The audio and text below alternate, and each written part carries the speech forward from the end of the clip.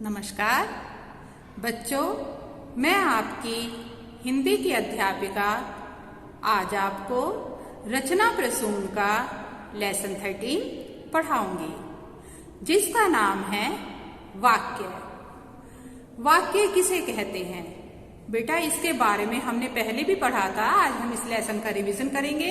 तो सबसे पहले आपको लेसन के बारे में बताऊंगी, वाक्य के बारे में बताऊंगी, वाक्य किसे कहते हैं, ये कितने प्रकार के होते हैं। उसके बाद मैं रिवीजन वर्क दूंगी। तो चलिए सबसे पहले करते हैं, वाक्य किसे कहते हैं। किसे कहते हैं वाक्य? सार्थक शब्दों का वह समूह जो हमारे विचारों एवं भावों को पूर्ण रूप से प्रकट करता है, वाक्य कहलाता है। वाक्य के कितने अंग होते हैं? वाक्य के प्रमुख 2 अंग होते हैं। कौन कौन से? उद्देश्य और विधेय। उद्देश्य किसे कहते हैं? वाक्य में जिसके बारे में कुछ पूछा जाए उसे उद्देश्य कहते हैं। उद्देश्य को इंग्लिश में क्या बोलते हैं? सब्जेक्ट। जैसे सीमा सो रही है, तो इसमें जो सीमा शब्द है वह है हमारा सब्जेक्ट अर्थात उद्देश्य। अब दूसरा अंग होता है वाक्य का विधेय। विधेय किसे कहते हैं?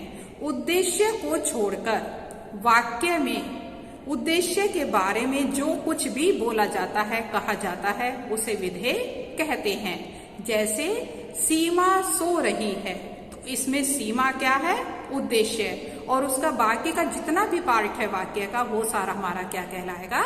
विधेय। यानी कि सो रही है। तो अब देखते हैं वाक्य के कितने भेद होते हैं। कितने होते हैं? वाक्य के 2 भेद होते हैं। कौन कौन से? रचना के आधार पर और अर्थ के आधार पर। रचना के आधार पर भी वाक्य 3 प्रकार के होते हैं: सरल वाक्य, संयुक्त वाक्य और मिश्र वाक्य। तो सबसे पहले चलते हैं सरल वाक्य। सरल वाक्य किसे कहते हैं? जिन वाक्यों में केवल एक ही क्रिया होती है उन्हें सरल वाक्य कहते हैं। जैसे सुधा जा रही है, तो इसमें उद्देश्य क्या हो गया? सुधा। और जा रही है विधेय। इसमें एक ही क्रिया का प्रयोग किया गया है। अब सेकंड नंबर है संयुक्त वाक्य। संयुक्त वाक्य किसे कहते हैं? ऐसा वाक्य जो 2 वाक्यों को योजक चिन्हों की सहायता से जोड़कर बनता है, संयुक्त वाक्य कहलाता है। इसमें दोनों वाक्य स्वतंत्र होते हैं। जैसे मैं कानपुर जाऊंगा तथा मेरे भैया कानपुर से आएंगे। तो इसमें 2 वाक्य हैं, मैं कानपुर जाऊंगा, मेरे भैया कानपुर से आएंगे। और इन दोनों वाक्यों को कौन सा शब्द जोड़ रहा है? तथा। तो जो इसमें तथा शब्द है वह हमारा योजक कहलाएगा। अब थर्ड नंबर है मिश्र वाक्य। मिश्र वाक्य किसे कहते हैं? जिन वाक्यों में एक प्रधान तथा एक या उससे अधिक आश्रित उपवाक्य होते हैं, उन्हें मिश्र वाक्य कहते हैं। जैसे वहां एक किताब रखी है जो मेरी है। तो इसमें जो पहला वाक्य है, वहां एक किताब रखी है, यह है प्रधान वाक्य। और इस पे आश्रित वाक्य कौन सा कहलाएगा? जो मेरी है। तो इसमें मिश्र वाक्य होगा। अब चलते हैं वाक्य का दूसरा अंग, यानी कि अर्थ के आधार पर वाक्य के कितने भेद होते हैं। अर्थ के आधार पर वाक्य 8 प्रकार के होते हैं। कौन कौन से? सबसे पहला है विधानवाचक वाक्य। जिन वाक्यों में किसी बात या कार्य के होने की सूचना मात्र होती है, उन्हें विधानवाचक वाक्य कहते हैं। जैसे गाय दूध देती है। सेकंड नंबर है निषेधवाचक। निषेधवाचक इट मीन्स नेगेटिव सेंटेंस। जिन वाक्यों में किसी बात या कार्य के न होने का पता चलता है उन्हें निषेधवाचक वाक्य कहते हैं। जैसे मैं विद्यालय नहीं जाऊंगा, मैं दिल्ली नहीं जाऊंगा, मेरे पिताजी बाजार नहीं जाएंगे। तो इन सभी वाक्यों में क्या हो गया, नहीं शब्द का प्रयोग हुआ है, तो ये वाक्य हमारे निषेधवाचक वाक्य कहलाएंगे। अब थर्ड नंबर है प्रश्नवाचक वाक्य, यानी कि इंटरोगेटिव सेंटेंस। ऐसे वाक्य जिनमें प्रश्न पूछा जाता है तथा लिखते समय इन वाक्यों के अंत में प्रश्न सूचक चिन्ह लगाया जाता है, उन्हें हम प्रश्नवाचक वाक्य कहते हैं। जैसे तुम कहाँ जा रहे हो, या तुम क्या खा रहे हो। तो इन सभी में प्रश्न पूछा जा रहा है, क्या शब्द हमारा प्रश्न सूचक शब्द है और इसमें हम बाद में प्रश्न चिन्ह भी लगाएंगे, तो यह हमारा हो जाएगा प्रश्नवाचक वाक्य। अब फोर्थ नंबर है आज्ञावाचक वाक्य। ऐसे वाक्यों से आज्ञा अथवा निर्देश दिया जाता है, इसलिए इन्हें आज्ञावाचक वाक्य कहा जाता है।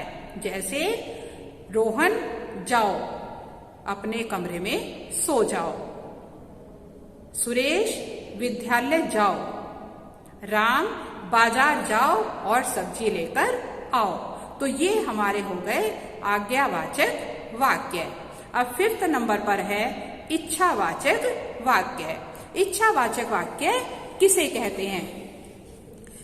ऐसे वाक्यों से जो वक्ता होता है या लेखक होता है उसकी इच्छा, आशा, शुभकामना आदि का भाव व्यक्त होता है, इसलिए इन्हें इच्छावाचक वाक्य कहते हैं। जैसे तुम्हारी यात्रा मंगलमय हो, मेरी इच्छा है, मैं यह इच्छा जाहिर कर रही हूं कि तुम्हारी यात्रा मंगलमय हो। अब 6 नंबर है संदेहवाचक वाक्य। संदेहवाचक वाक्य किसे कहते हैं? जिन वाक्यों से संदेह या संभावना का बोध होता है उन्हें संदेहवाचक वाक्य कहते हैं। जैसे शायद मैं कल न आ सकूं, शायद कल वर्षा होगी। तो इसमें क्या है, संदेह है, बिल्कुल ये नहीं पता चल रहा कि ये काम होगा या नहीं होगा, इसमें संदेह उत्पन्न हो रहा है, तो ऐसे वाक्यों को हम संदेहवाचक वाक्य कहते हैं। नंबर 7 संकेतवाचक वाक्य। इन वाक्यों में क्रिया का होना किसी शर्त पर निर्भर करता है, इसलिए इन्हें शर्त बोधक वाक्य भी कहा जाता है। जैसे यदि आप आएंगे तो मुझे बहुत खुशी होगी। अब लास्ट है यानी कि नंबर 8 विस्मय आदि वाक्य।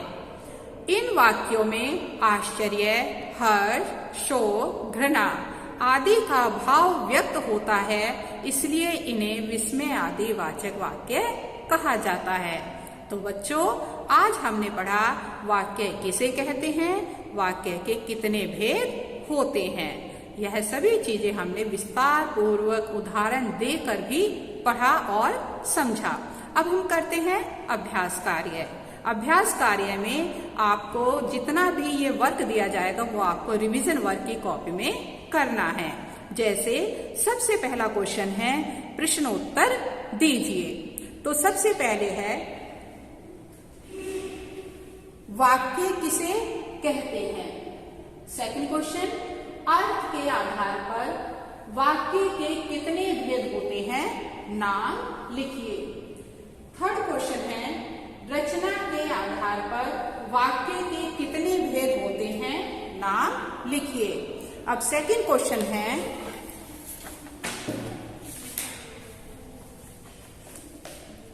निम्नलिखित वाक्यों में से उद्देश्य और विधेय छांटकर लिखिए।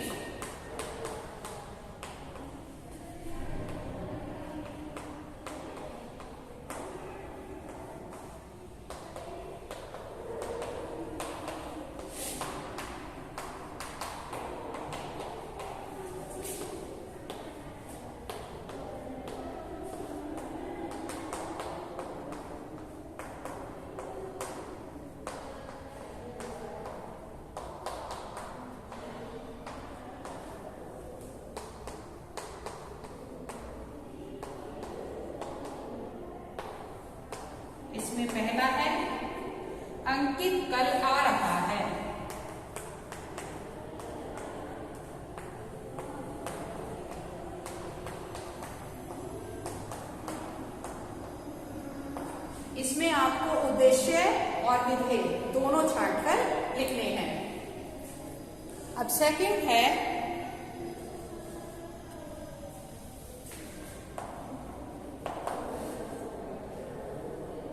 माँ खाना बना रही है।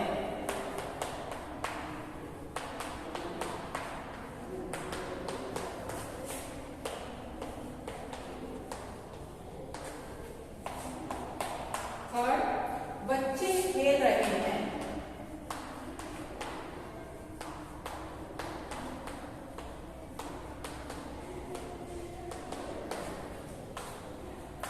फोर्थ, कछुआ जल में रहता है।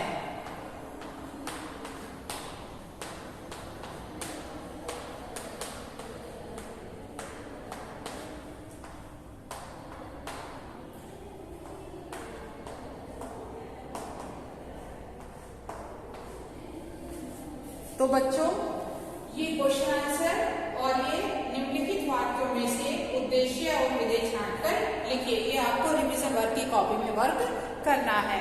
और आपका होमवर्क क्या होगा कि जो वाक्य लेसन है, वाक्य लेसन में इन क्वेश्चन के बाद जितने भी क्वेश्चन बचते हैं अभ्यास कार्य में, वे सभी आपको याद करके अपने रिवीजन वर्क की कॉपी में लिखने हैं।